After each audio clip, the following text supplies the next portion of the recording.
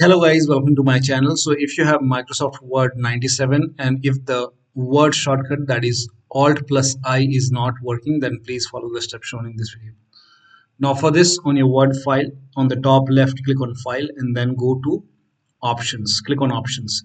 Now if your Word file is minimized, then you can click on More and then go to Options and then go to Customize Ribbon and then click on Customize over here and then find all commands. Now once you find all commands, on the right hand side find draft with Copilot. Now once you select this, over here you can see current keys Alt plus I. Select it and then click on remove and then close this and then click on OK and then you can press Alt plus I and that should work. This has worked for many users, so it might work for you.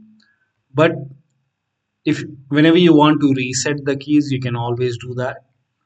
So you can again go to options and then you can go to customize ribbon and then customize all commands, draft with Copilot, and then you can reset all. Just simply click on reset all on this window and this will bring back the same option Alt plus I.